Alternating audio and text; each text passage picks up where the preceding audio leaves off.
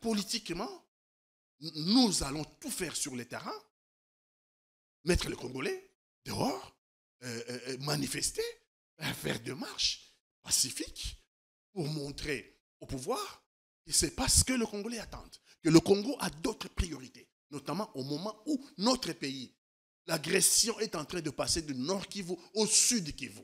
Et après demain, ça sera Maniema et on va monter vers Kisangani dans la Chopo. Notre pays est devant un danger existentiel. Donc, plutôt que de s'atteler à sauver la République, on veut s'atteler à sauver Félix-Antoine Tshisekedi.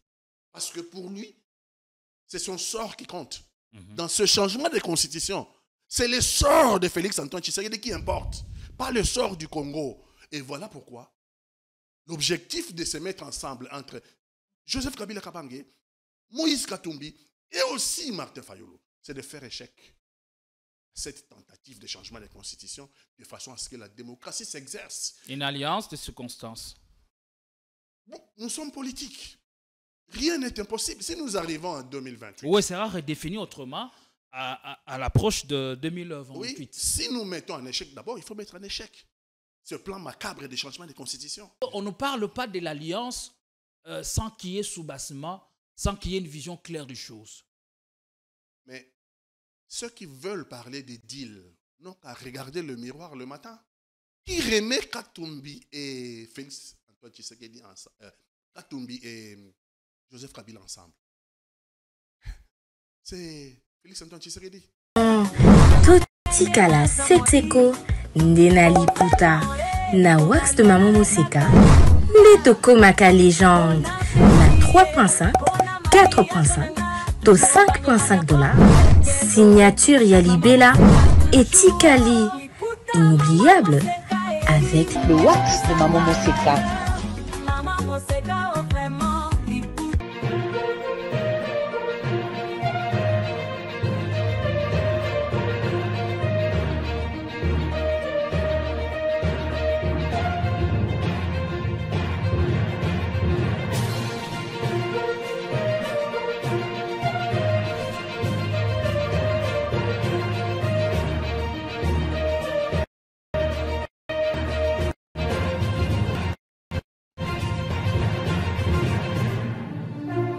Le décryptage de l'actualité comme il le faut sur Politicon est nul. Par ailleurs, dans ce nouveau numéro, on vous fera vivre la température qu'il y a dans la province du Nord Kivu, précisément dans la capitale de Goma, capitale provinciale de Goma. Et bien, depuis quelques heures, les forces armées de la République démocratique du Congo sont en train de guerroyer contre les forces du mal qui sont sur le point ou à 2 doigts de s'emparer de cette stratégique ville. Eh bien, on va revenir largement là-dessus. Et aussi, pour l'heure, aucune autorité ou aucun officiel congolais ne confirme l'info, même si plusieurs sources sont en train de parler de la chute de la ville de Sake. La vérité, c'est dans quelques instants, quelle est la politique du gouvernement ou encore quelle est l'option que Kinshasa devra lever pour enfin en finir avec l'insécurité grandissante dans l'est de la République démocratique du Congo. On va aussi parler, bien entendu, du remaniement en vue. Le chef de l'État a parlé d'un remaniement au mois de janvier et selon les indicateurs, il s'avère que on va se laisser passer le mois de janvier, se focaliser sur ce qui est essentiel, notamment la sécurité dans l'est du pays et peut-être le remaniement pourrait intervenir soit en février, soit mars ou avril carrément. Allez, on va parler de tous ces sujets, mais aussi revenir sur l'investiture de Donald Trump. Est-ce que l'Afrique est-elle dans l'agenda du 47e président des États-Unis d'Amérique, investiture à laquelle l'ancien gouverneur de la province du Katanga, Moïse Katumbi Chapwe, a brillamment participé. Pour en parler, je reçois pour une grande première, du moins en ce qui concerne depuis les débuts de l'année 2025, Fatih Katanga. Merci de l'honneur. Comment allez-vous? Merci beaucoup, Gédéon, de l'invitation. Donc, je vais commencer par saluer mes compatriotes et souhaiter bonne et heureuse année à tous les Congolais. À la chaîne politique, qui quand même est en train de monter dans l'échiquier médiatique, et aussi souhaiter que Dieu bénisse le Congo. Et comment la vie à Kinshasa? La vie est-elle tenable ou c'est le contraire? J'ai l'impression que nous sommes en train de perdre la pédale. J'ai l'impression que nous sommes devenus un peuple qui est de moins en moins conscient, de moins en moins conscient des enjeux, de moins en moins conscient de l'importance du Congo en Afrique, de moins en moins conscient de l'importance du Congo dans le monde. C'est pour ça que les autres sont en train de nous déposséder notre bijou. Au vu et au su des fanatiques applaudisseurs. Vous savez, il y a des peuplades qui ont disparu. Il y a des peuplades sur cette terre. L'histoire est têtue. Il y a des peuplades qui ont disparu. Et tous les ingrédients amenant à la disparition du Congo sont aujourd'hui réunis. Je ne sais pas combien de temps ça prendra. Mais en tout cas, si on ne fait pas l'examen de conscience... Pour arrêter ces plans en marche. Pour arrêter ces plans macabres, je suis au regret de constater que le Congo va disparaître. Je ne peux pas. On a détruit l'école. Vous regardez même les intellectuels débiter des inepties. On a érigé les diplômes en valeur absolue. Alors que ces gens qui possèdent ces diplômes sont incapables de défendre ces diplômes. Et ils convolent comme ça d'ineptie en ineptie. Au Congo, c'est bizarre. Les plus vieux sont plus intelligents que les jeunes. Alors que la technologie évolue. Contrairement à d'autres sociétés, les jeunes d'aujourd'hui sont plus intelligents que les vieux. Parce que la science évolue, les matières évoluent, le mathématique évolue. Et donc les jeunes d'aujourd'hui, quand je vois Bako Konanga d'ailleurs, quand ils prennent mon téléphone en train de manipuler, Pépé, je suis moi-même étonné, polytechnicien, mais dans Bako classe 6 ans, 7 ans. Vous comprenez que s'il n'y a pas des jeunes à la hauteur de remplacer les vieux, ça veut dire qu'il n'y aura pas en République démocratique du Congo des relèves. S'il n'y a pas de relèves, c'est la disparition. Est-ce que cette inconscience est une identité que nous partageons en tant que peuple ou c'est justement, ça se limite à une certaine catégorie de gens ou c'est qu'ils sont aux affaires? Nous ne sommes pas un peuple d'ignorants. Ce n'est pas une identité que nous partageons en tant que peuple. Une classe politique a instrumentalisé la médiocrité. Ce n'est pas forcément ce régime, parce qu'il faut être honnête, ce n'est pas forcément le seul régime de Félix-Antoine Tshisekedi. Mais la décadence du Congo part du régime Mobutu en passant par le régime de Joseph Kabila. Et là, nous sommes au fin fond du tout avec le régime de Félix-Antoine Tshisekedi. Nous sommes sur la courbe descendante. Et c'est là depuis un moment.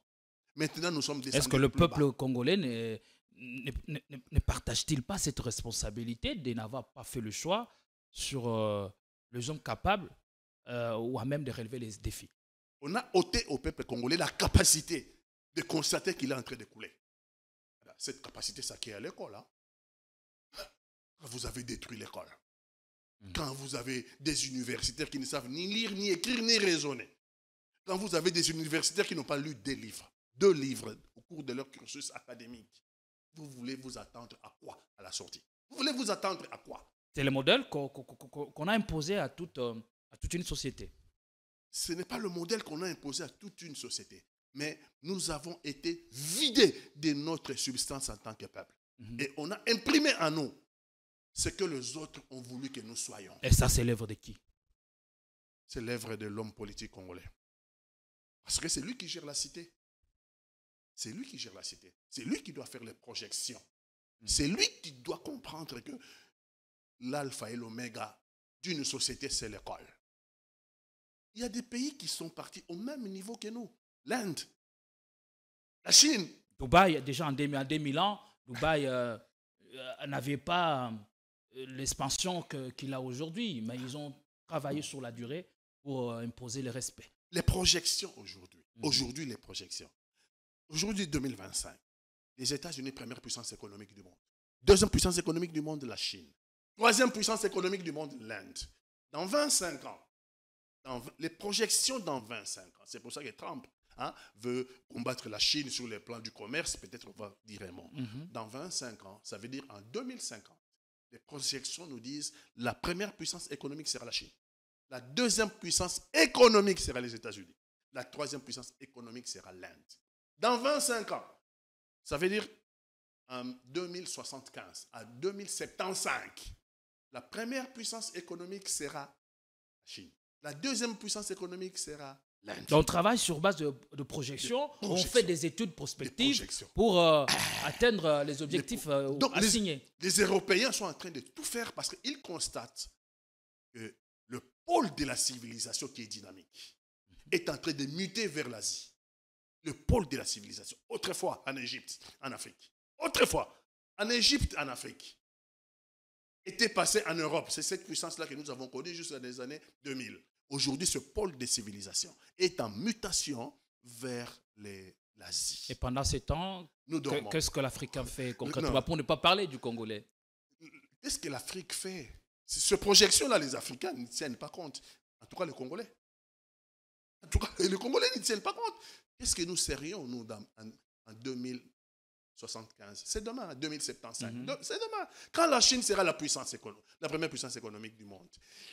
L'Inde, la deuxième puissance économique du monde. L'Indonésie, troisième puissance économique du monde. Les États-Unis, quatrième. Projection en 2075. Donc, il faut savoir que les Asiatiques ont les mêmes velléités que les Européens. Les Asiatiques ont aussi les velléités de puissance. Eux aussi, à leur tour, ils viendront en Afrique remplacer les Européens et les Américains. Et eux aussi, à leur tour, ils feront de nous des esclaves. Et aussi à leur tour.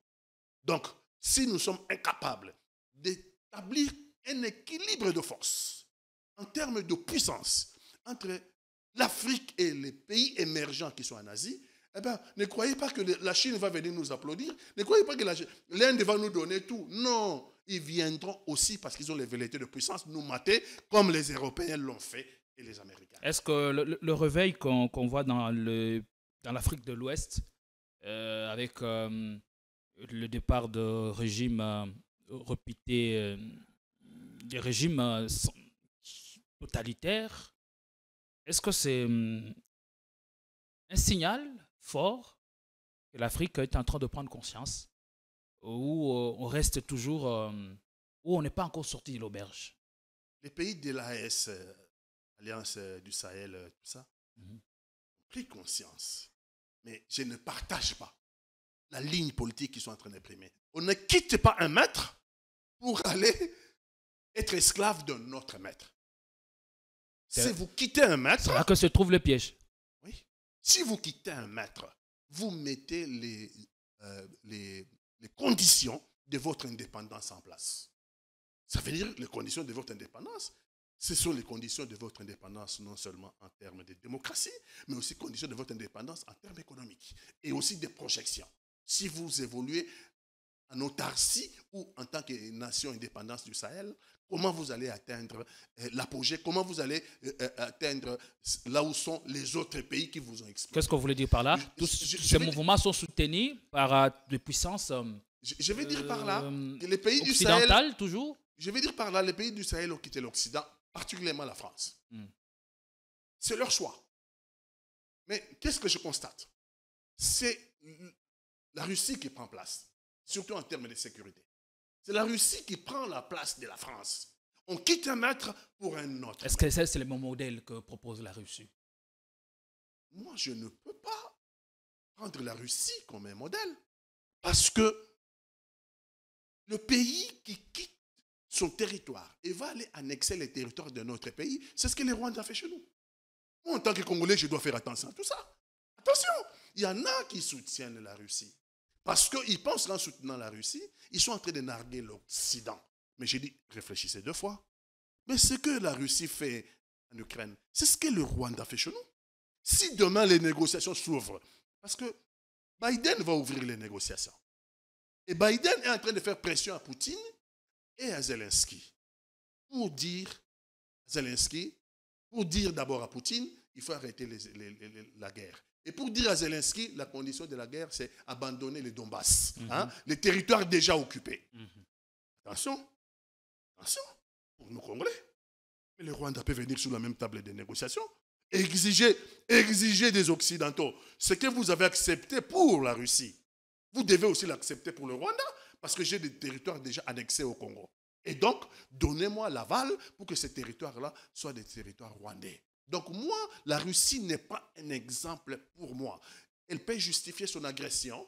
Elle a certainement des raisons de justifier son agression. Mais moi, en tant que Congolais, j'ai dit, cette guerre-là, ce n'est pas notre guerre.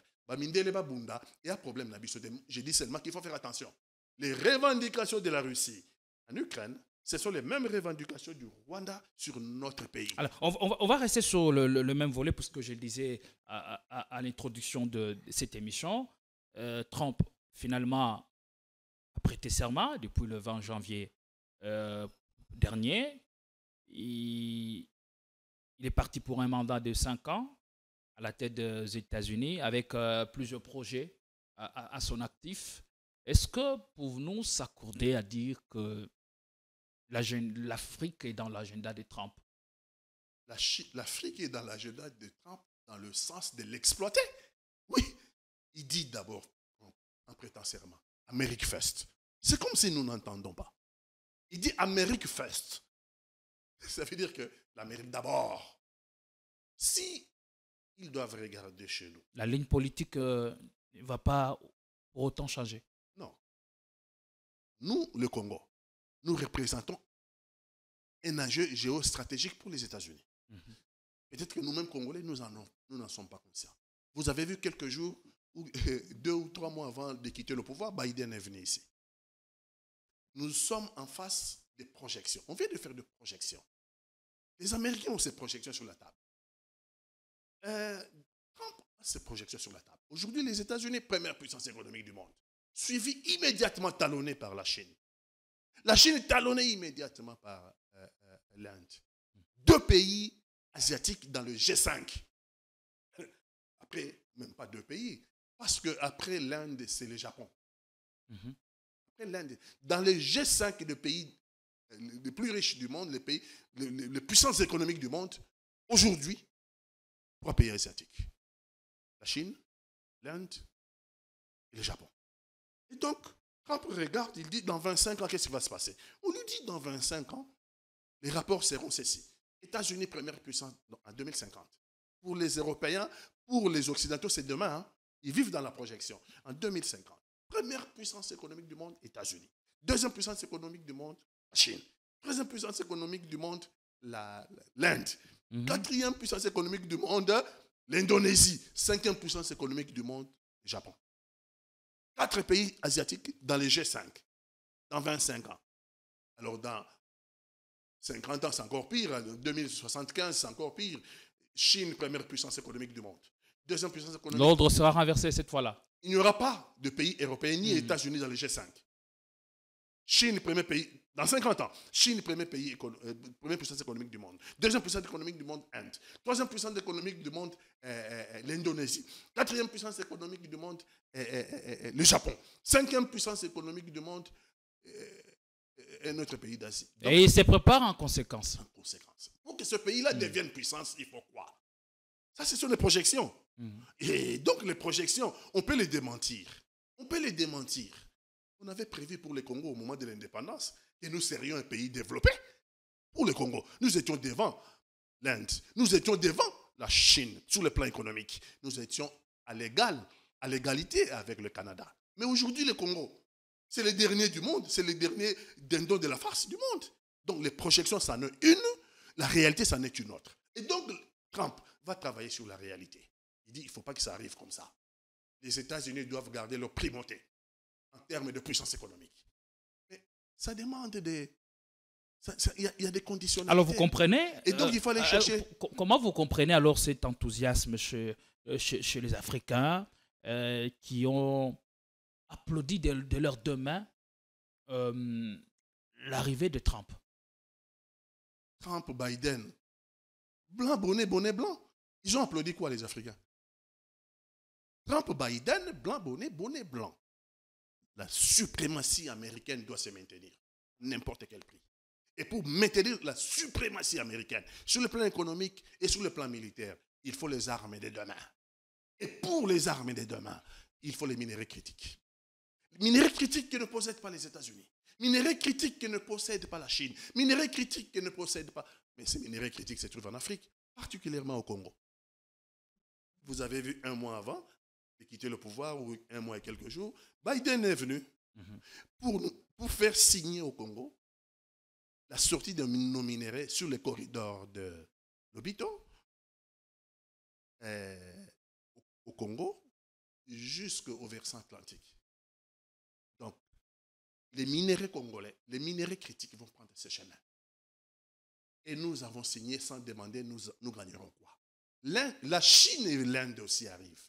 Eux arrivent par l'océan Indien.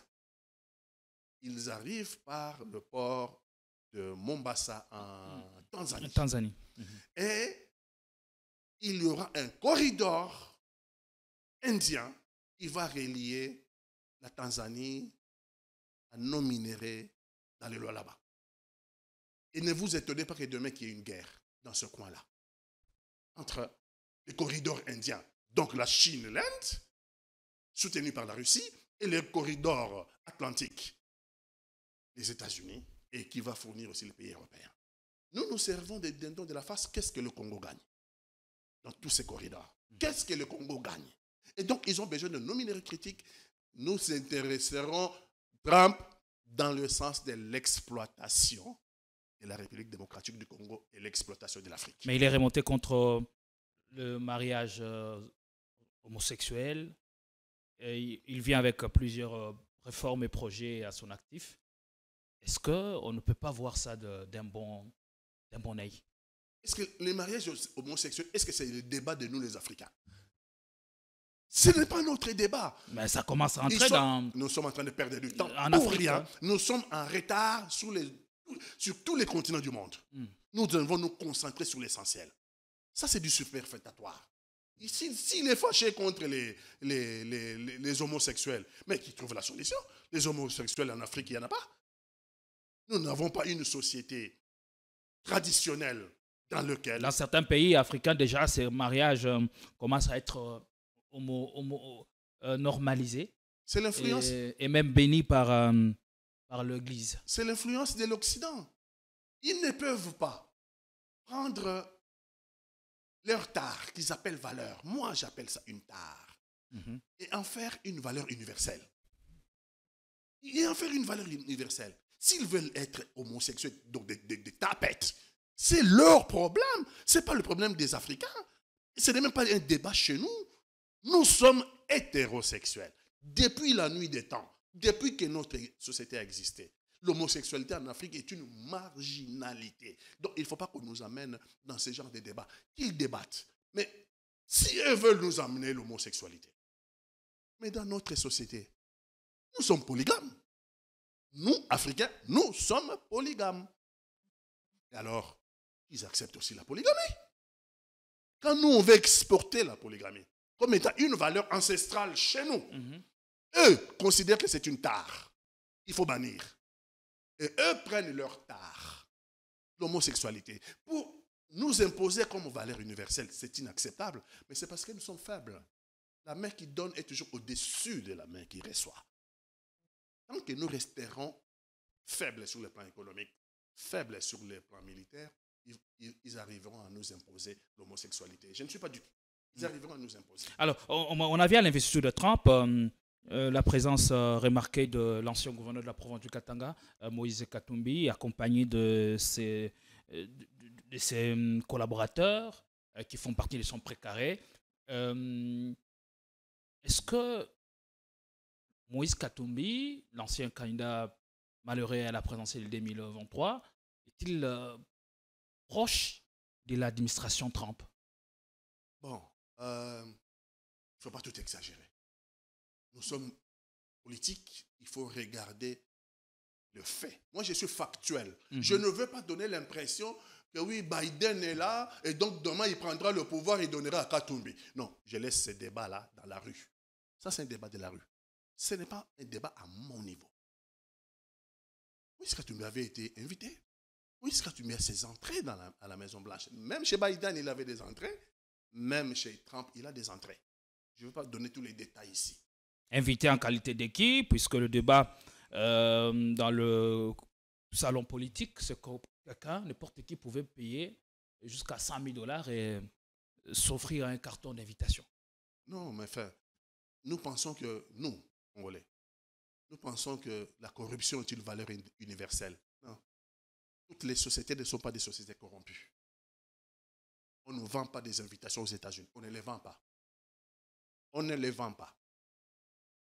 Soit vous faites un don et qu'on constate que vous êtes un donateur du Parti républicain, hein, et que le moment venu, on pense à vous parce que vous êtes un donateur gracieux.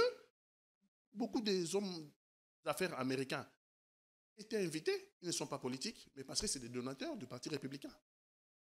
Mais dans le sens de la corruption, j'achète l'invitation. Non, arrêtons de penser que... Et Katumbi, lui, était invité sur base de quels critères? Est-il donateur au sein du Parti républicain ou son réseau relationnel qui lui a permis d'être là le jour de l'investiture de Trump?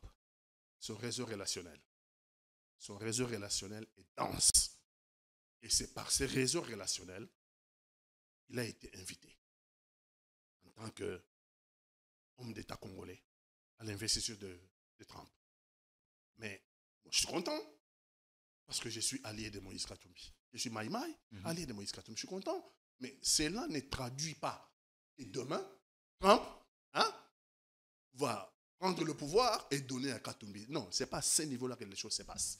Il faut rester factuel. Une invitation est une invitation. Et merci. D'autres n'ont pas été invités. Je comprends qu'ils insultent. Je comprends qu'ils en fassent un débat. Nous qui avons été invités, on n'en fait pas un débat. On dit c'est une invitation. Katumbi a un réseau relationnel dense. Même chez Biden. Je ne vais rien vous apprendre. Mais Katumbi, c'est les voisins de Biden, non? Aux États-Unis. La maison de Katumbi est contingente à la résidence de Katumbi est contingente à la résidence de Biden. Ça veut dire lorsque la poule, Soso et Katumbi, la Tongo, sur la Bungi, j'ai donné Soso et Katumbi, Soso et pas Trump. Vous comprenez? Des voisins. Chez Akore, nous ne pas Biden, non. Ça, c'est Biden. C'est des voisins. Chez Trump, Katumbi a des entrées. Alors, vous voyez les débats sous un autre angle, mais pourquoi en faire tant de bruit? Parce qu'il s'agit d'une simple invitation qui ne représente aucun danger, d'ailleurs aucun événement pour la République, parce que la République va continuer à souffrir et à être pillée sous l'administration du nouvel homme fort qui arrive. Mais pourquoi en faire tant de bruit? C'est dans quel objectif les katumbistes ont accueilli ça comme l'événement de l'année? Et les proches de Katumbi, que ceux qui aiment Katumbi, soient contents que Katumbi ait reçu l'invitation à l'investiture de Biden. Je ne vois rien du mal. Qu'est-ce qu'ils ont fait de mal? Le problème, c'est lorsque les autres viennent contester que c'est rien, c'est pas vrai, on a acheté. Le problème, il se pose à ce niveau-là. Que mes enfants soient contents que vous m'ayez invité à votre mariage. C'est leur droit, non?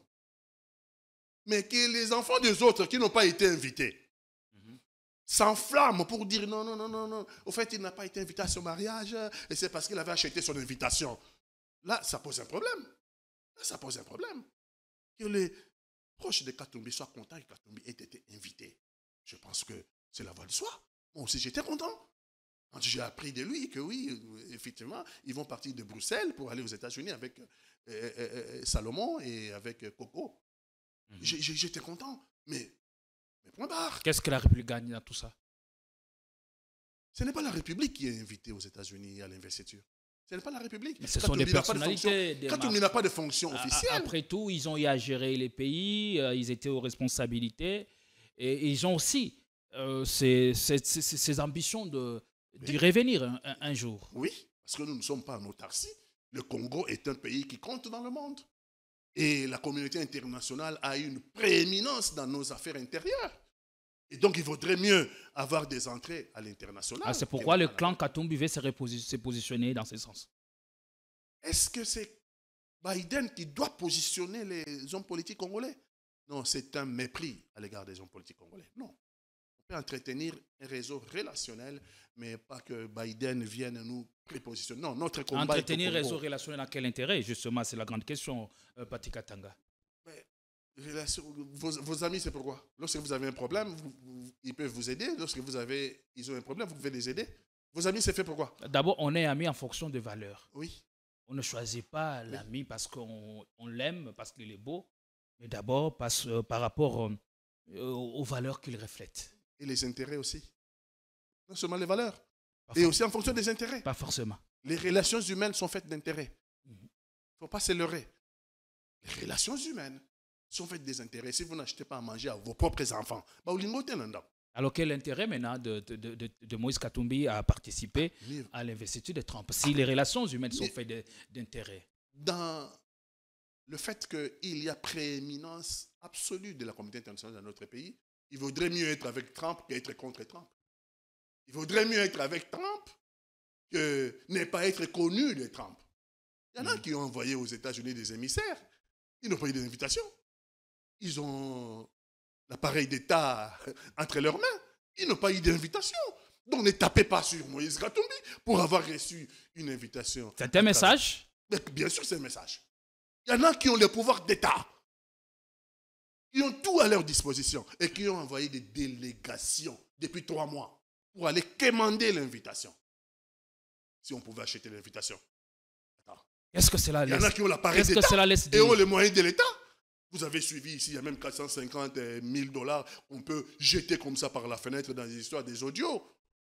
Alors, s'il fallait quémander, s'il fallait acheter une invitation, il y en a qui l'auraient acheté, hein, beaucoup l'auraient déjà acheté. Mais ils n'ont pas été invités. Donc les invitations n'étaient pas à vendre. Allez, on va continuer, mais depuis une certaine période, après avoir fumé les calumet de la paix, Moïse Katumbi, l'ancien gouverneur de la province du Katanga, sous Joseph Kabila, et l'ancien chef de l'État, mettent sur une même longueur d'onde. Ils parlent le même langage. Et ils portent presque le même projet, le projet de dire non au changement de la Constitution. Et par-dessus tout, rien n'est exclu que l'un porte l'autre dans la reconquête ou dans la conquête du pouvoir. Et un fait curieux ou qui attire notre attention, c'est qu'il semble même avoir le même maître, le même réseau. Kabila, on n'a pas vu, du moins pour les recherches que nous avons pu faire, mais on a vu une présence remarquée de Moïse Katumbi à l'investiture de Trump. La question, Pati Katanga, vous êtes mieux placé pour nous donner un peu de précision. Quel est le deal entre Kabila et Katumbi? Il n'y a pas de deal. Il ne faut pas parler de deal. Deal, ça nous renvoie à la mafia. Je ne veux pas simplement ça. C'est un terme anglais, mais je parle de l'accord. Parce qu'on ne parle pas de l'alliance sans qu'il y ait soubassement, sans qu'il y ait une vision claire des choses. Mais ceux qui veulent parler des deals n'ont qu'à regarder le miroir le matin. Qui remet Katumbi et Félix Antoine Tshisekedi ensemble, Katumbi et Joseph Kabila ensemble?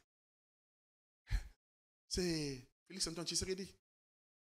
Et les remet ensemble? C'est Félix Antoine Tshisekedi qui remet ensemble, sur le plan politique, je vais dire. Comment les a-t-il remis ensemble? Ils avaient déjà fait la réconciliation katangaise, merci, avec Monseigneur Mouteba, à qui j'ai dit, Éminence, bonjour.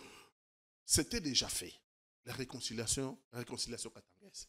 Mais politiquement aujourd'hui, qui remet en selle sur le plan politique, ensemble, de Moïse Katumbi et JKK, Joseph Kabila Kabange.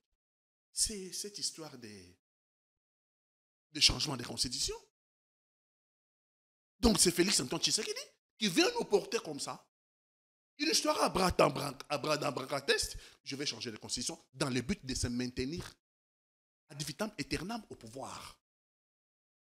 Eh bien, Moïse Katumbi, eh bien, Joseph Kabila. Et aussi Martin Fayulu, il faut les citer. Ils se sont levés. Ils ont dit non, le Congo a fait le choix de la démocratie, messieurs. Le Congo a fait le choix de la démocratie. Le Congo a fixé des règles en matière d'élection présidentielle. Lorsque nous nous fixons des règles, nous devons être sérieux pour respecter les règles que nous nous sommes fixées nous-mêmes.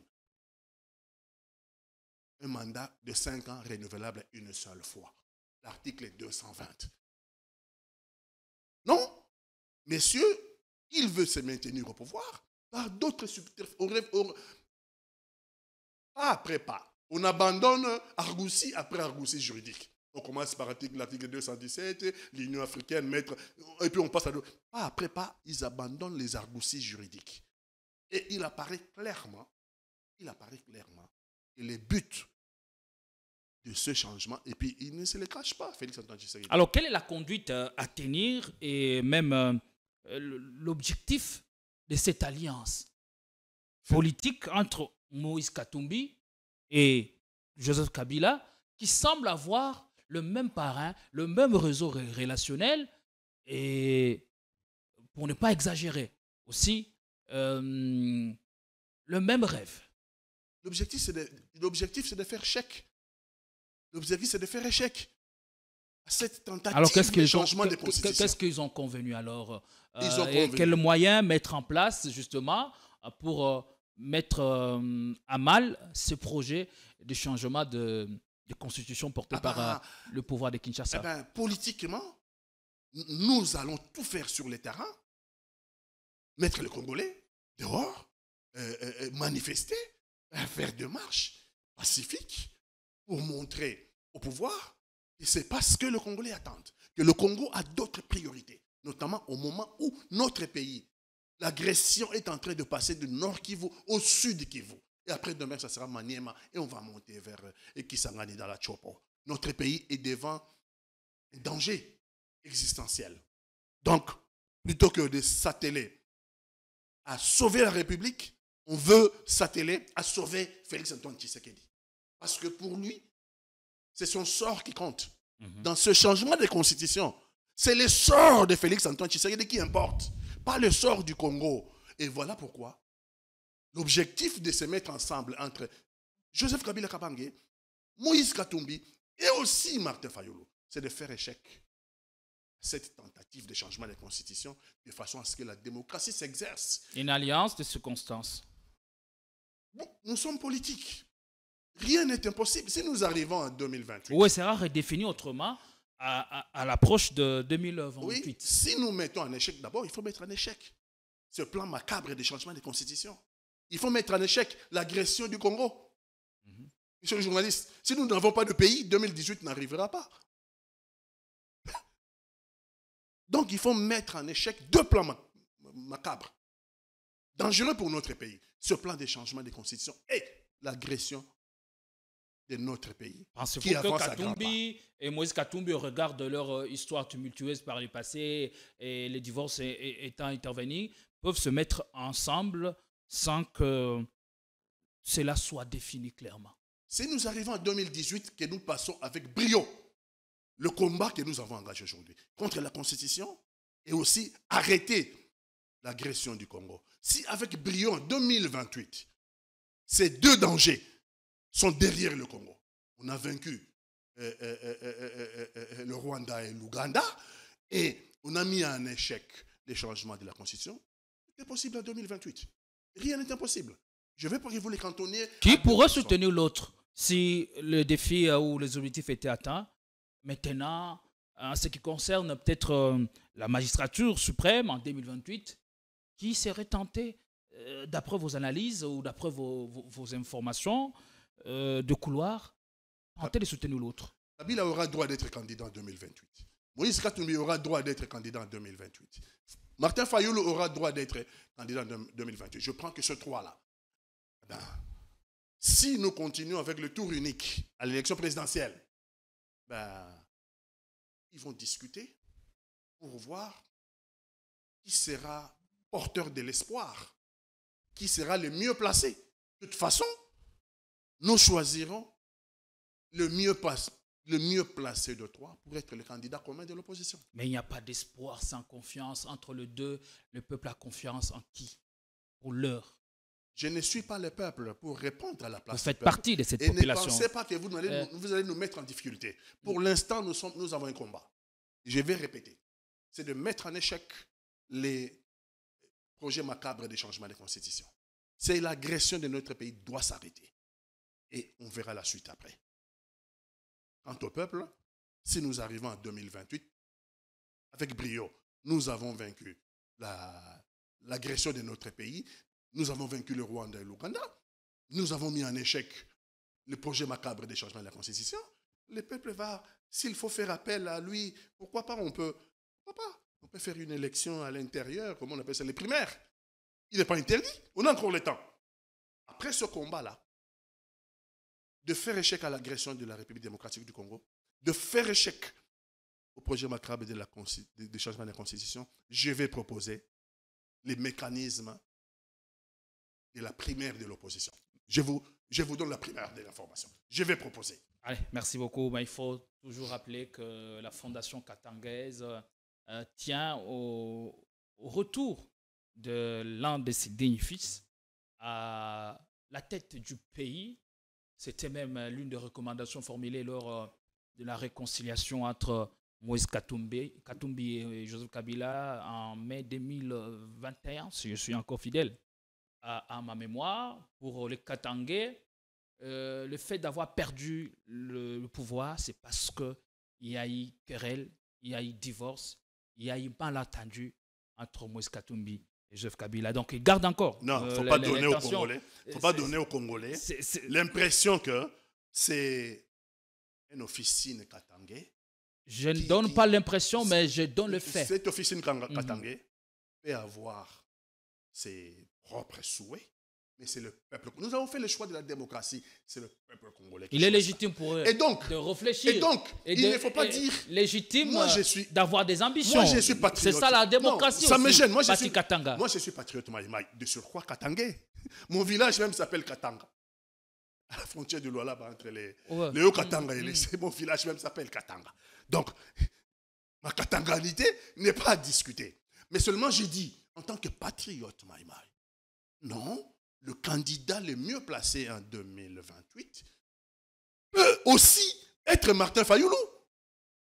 On verra bien. Peut aussi être un autre candidat. Il n'y a pas de candidat permanent du Congo qui est du Katanga, qui doit absolument redevenir président ou devenir président. Je suis patriote, je veux maintenir le Congo dans son entièreté. Le meilleur d'entre nous, de l'opposition.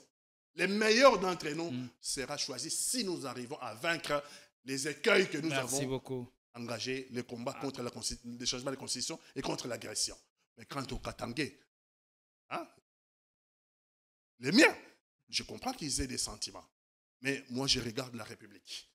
En 2028, c'est le meilleur de l'opposition qui portera notre drapeau. Fayulu, Délice Sanga, Moïse Katumbi, Joseph Kabila, peu importe. Ce que l'on veut, c'est une nouvelle offre. Ne négligez pas Pati Katanga. N'ai-je pas la matière, pas la matière et les compétences pour diriger la République démocratique. Pourquoi vous rangez-vous derrière un homme si vous avez la matière et les épaules pour diriger la République? Commencez par vous émanciper. Allez, on va passer à autre chose. Le remaniement en vue. Eh bien, certains membres du gouvernement sont sur une chaise éjectable. Et à l'heure actuelle, par rapport aux défis, par rapport à l'urgence qui s'impose sur le terrain, on parlait tantôt que la ville de Saké serait passée sous contrôle des forces négatives, information qu'aucun officiel ne confirme pour l'instant, même si plusieurs sources annoncent bel et bien la prise ou la chute de Sake, à quelques 23 km de Goma, bien entendu. Est-ce qu'il faut remanier ou trouver un autre homme à la tête de l'exécutif? Ça qui n'est pas 23 km, il faut encore regarder dans Google. J'y étais quand je quitte mon... On va vérifier cela pour ne pas raconter des histoires. Moins de 15 km de Goma. Donc, ça qui n'est pas loin de Goma. On dirait, c'est la banlieue, c'est la grande banlieue de Goma. Mais je vous déconseille de dire, oui, ça qui est tombé. Parce que le ministre de la Justice a dit qu'il est susceptible de la peine de mort. Toute personne qui dira la vérité sur l'avancée. Le chef de l'État assemblé s'est désengagé de toute peine de mort contre les journalistes, les religieux. On peut rigoler, mais je pense que cette tendance à distribuer la peine de mort à tout le monde, c'est aussi une distraction. La peine de mort où lui-même, le ministre de la Justice, dans un procès imaginaire, et lui-même le parquet, donc le rang de la loi, et lui-même les juges de fond, et lui-même qui détermine déjà la sanction à l'avance, la peine de mort. C'est aussi une distraction là. Une distraction d'ailleurs contredite par les chefs de l'État, qu'aucun Koulouna n'en a jamais été exécuté, ils sont tous en prison. Donc, quand on ira comme ça, ce sont des distractions. Quand on ira comme ça, des distractions, nos ennemis vont en profiter pour continuer à avancer. Maintenant, les remaniements, nous devons d'abord, nous, en tout cas Félix-Antoine Tshisekedi doit savoir quelles sont les priorités, quels sont les enjeux stratégiques du Congo. Premier enjeu stratégique du Congo aujourd'hui, c'est la sécurité. C'est la sécurité. Parce que notre pays est menacé dans son existence en tant que nation indépendante, en tant que nation souveraine. Et même lui, le président de la République, dans son speech, je crois de Noël ou Nouvel An, a reconnu dans son speech que le Congo était devant un choix existentiel. Donc, être devant un choix existentiel, c'est que vous êtes en danger de disparition. Donc, le président de la République doit savoir déterminer quel est le premier enjeu stratégique du Congo. Moi, je lui dis, c'est la sécurité. Mais quand vous dites la sécurité, il faut vous regarder en face. Nous sommes menacés et donc nous avons le droit de nous défendre. Le président de la République, quelques jours après avoir changé le commandement, dans notre armée, Minova tombe. Et d'autres contrées tombent. Donc même ce commandement-là qu'on a changé, je pense qu'on a eu une émission ici avant Noël, je vous ai dit les mêmes causes produiront les mêmes effets. Le chef de l'État doit savoir écouter l'opposition, écouter les Congolais. Nous ne sommes pas contre notre pays. Nous ne faisons pas l'opposition contre le Congo. Nous faisons l'opposition politique contre le régime de M. Félix-Antoine Tshisekedi. Mais pour notre pays, nous avons des propositions. Je ne peux pas comprendre que, en ce qui concerne le commandement de notre armée, c'est toujours des anciens rebelles. On va citer les noms, on n'en terminera pas. Le commandement de FARDC est constitué essentiellement des anciens rebelles. Alors, ils étaient M23 hier.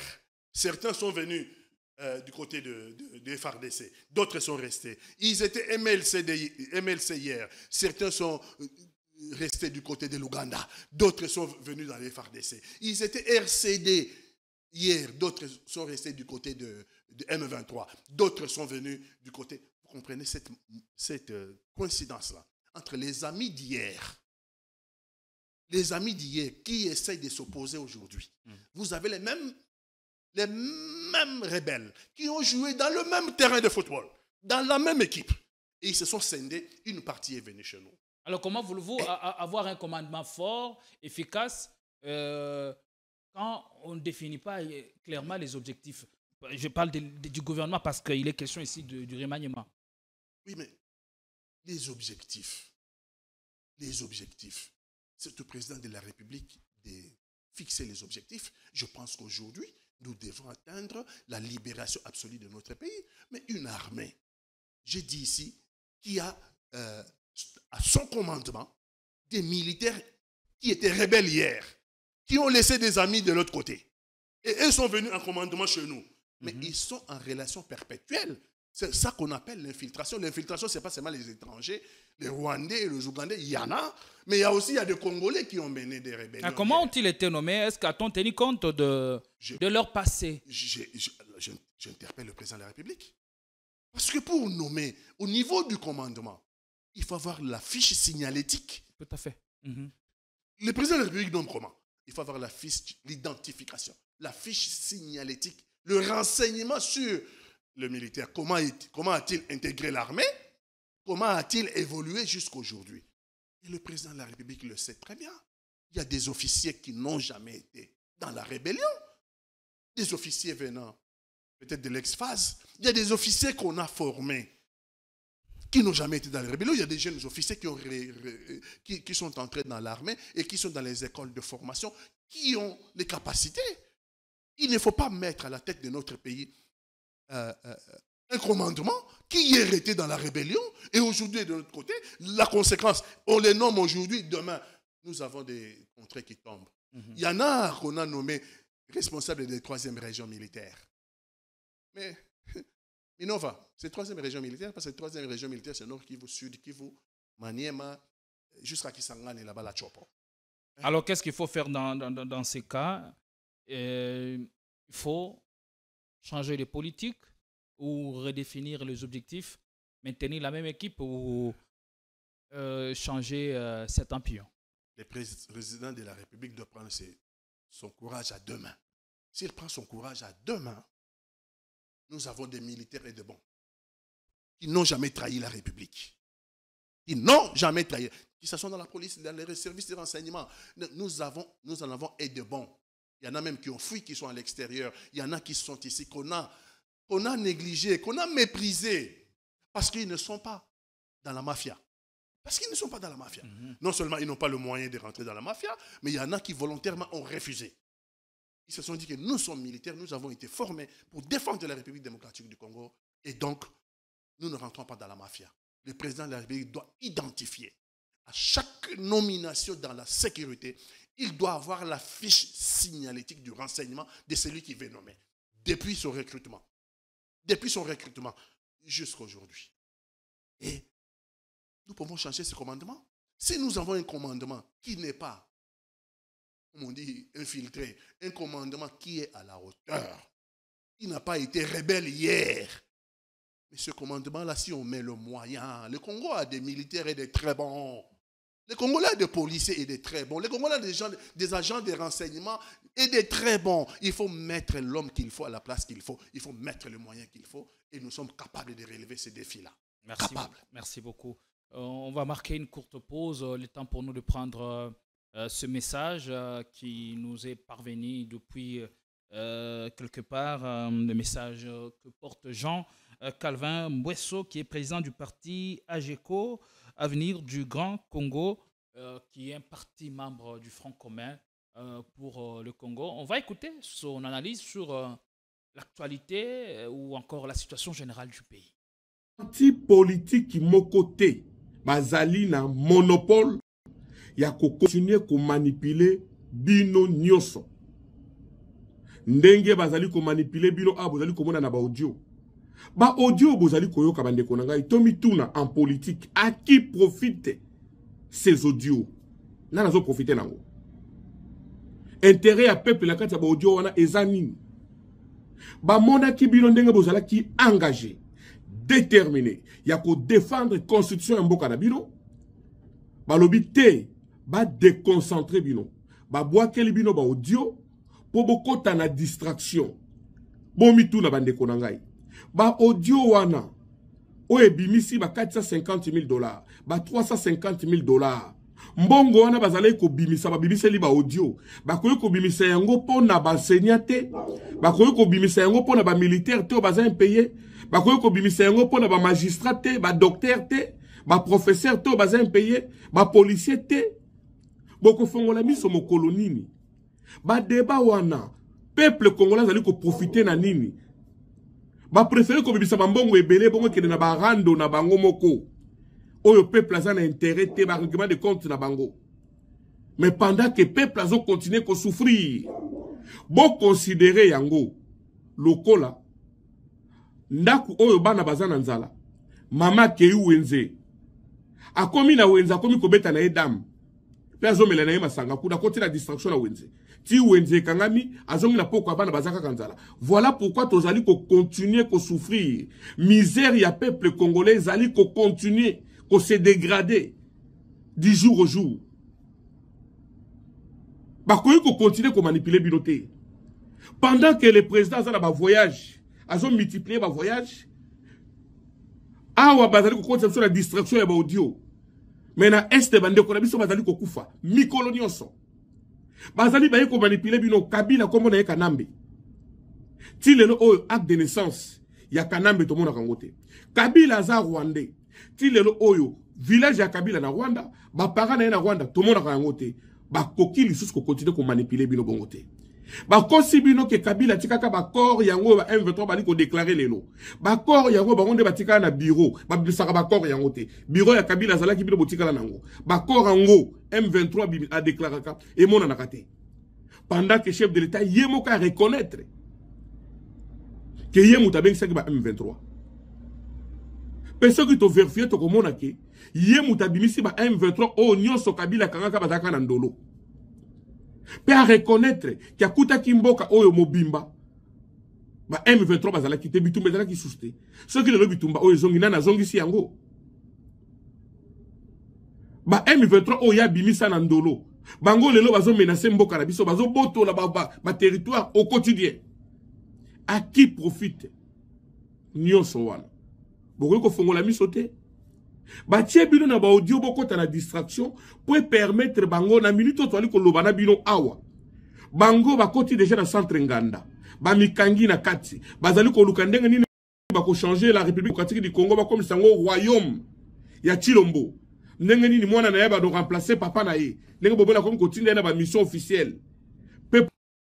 Voilà, de retour sur ce plateau, je rappelle que on reçoit Pati Katanga. Déjà, on est à la fin.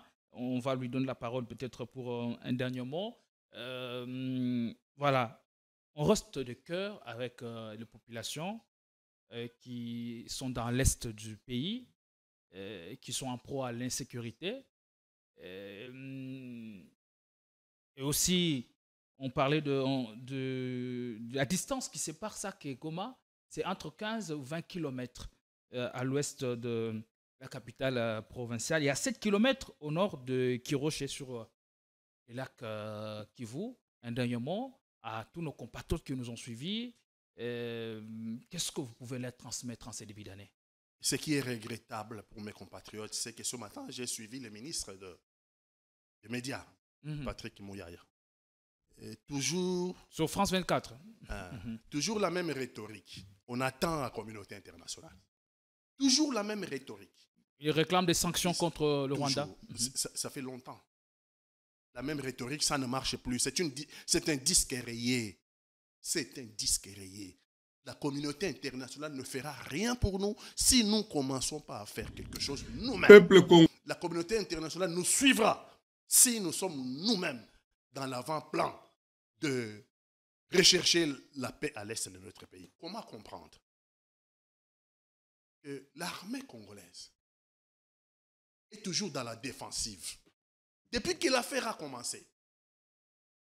En tout cas, M23-2, deuxième version. L'armée congolaise est toujours dans la défensive. J'ai déjà dit ici et ailleurs que la marche du M23 ressemble à la marche de l'AFDL. J'ai dit au président de la République de faire très attention. La marche de M23 ressemble à la marche de l'AFDL de triste mémoire. Et il faut y mettre fin. Ça fait plus de 2 ans que je l'ai dit et M23 continue à avancer. Et notre armée dans la défensive, tous les officiers et même les sous-officiers, dans la formation de l'armée de terre, dans l'infanterie, on vous dit une armée, comme dans la vie, doit avoir la capacité, 3 fois la capacité d'attaque par rapport à son ennemi. Concluez déjà. Donc, si nous n'avons pas la capacité d'attaque, si nous sommes dans la défensive, c'est sûr que nous perdons la guerre. Lui, Mouyaya dit que non, nous allons gagner. Mais ce n'est pas déclaratif. J'aimerais que l'on gagne. Mais je constate que c'est une simple déclaration. Pour gagner, il faut avoir d'autres méthodes. Kagame ne comprend que les rapports de force. Tant que nous ne prendrons pas l'initiative de l'offensive, si nous n'attaquons pas, si nous restons dans la défensive, eh ben, nous sommes sûrs de perdre cette guerre. Et donc, mes compatriotes, je pense que tout le monde doit converger pour dire que cette fois-ci, le Congo doit réagir.